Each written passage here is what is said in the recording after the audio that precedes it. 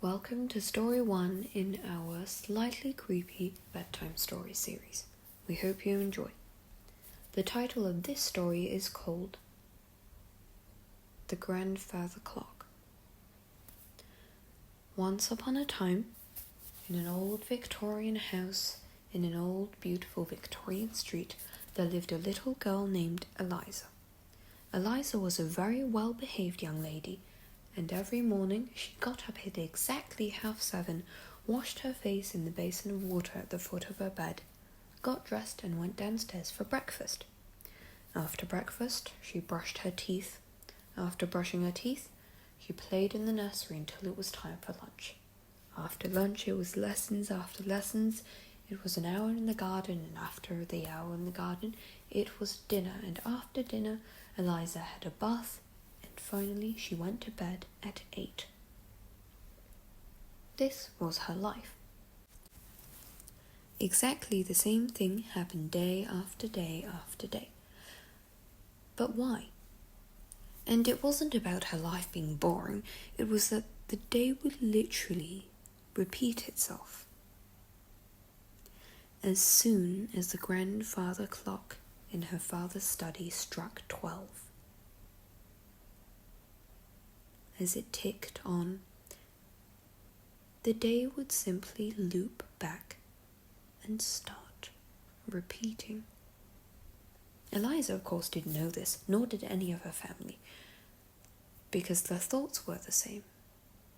They didn't realize that anything was off because they couldn't think anything different than usual, than that singular day that they lived again and again and again.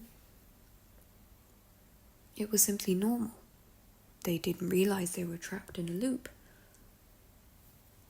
The same bird flew past Eliza's window whenever her maid opened the curtains every single day. The cherry trees in the garden, they never grew new leaves or shed old ones. They didn't blossom. They didn't grow. They waved the exact same fractions of inches in the exact same northeasterly wind every single day. This in itself was quite strange, but when you think about it, Eliza couldn't think.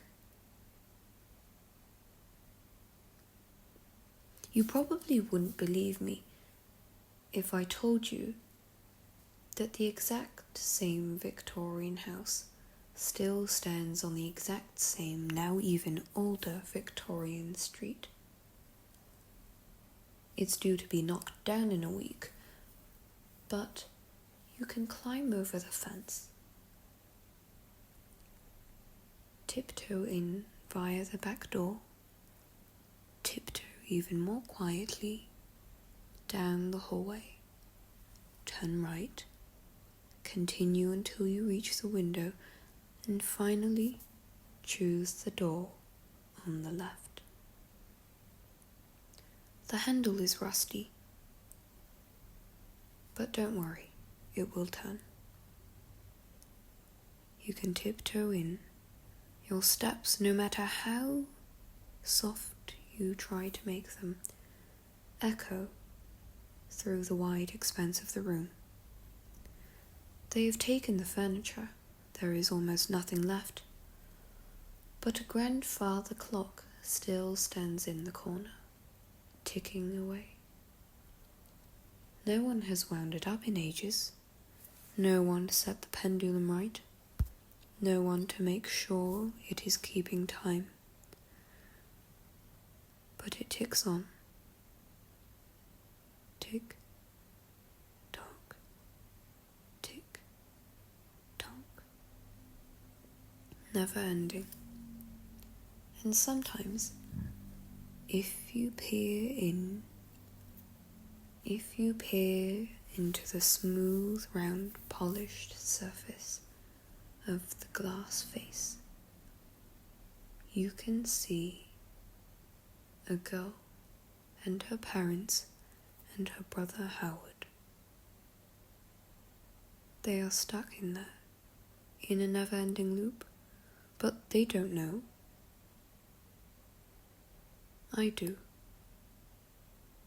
I'm the one who put them in there. The end.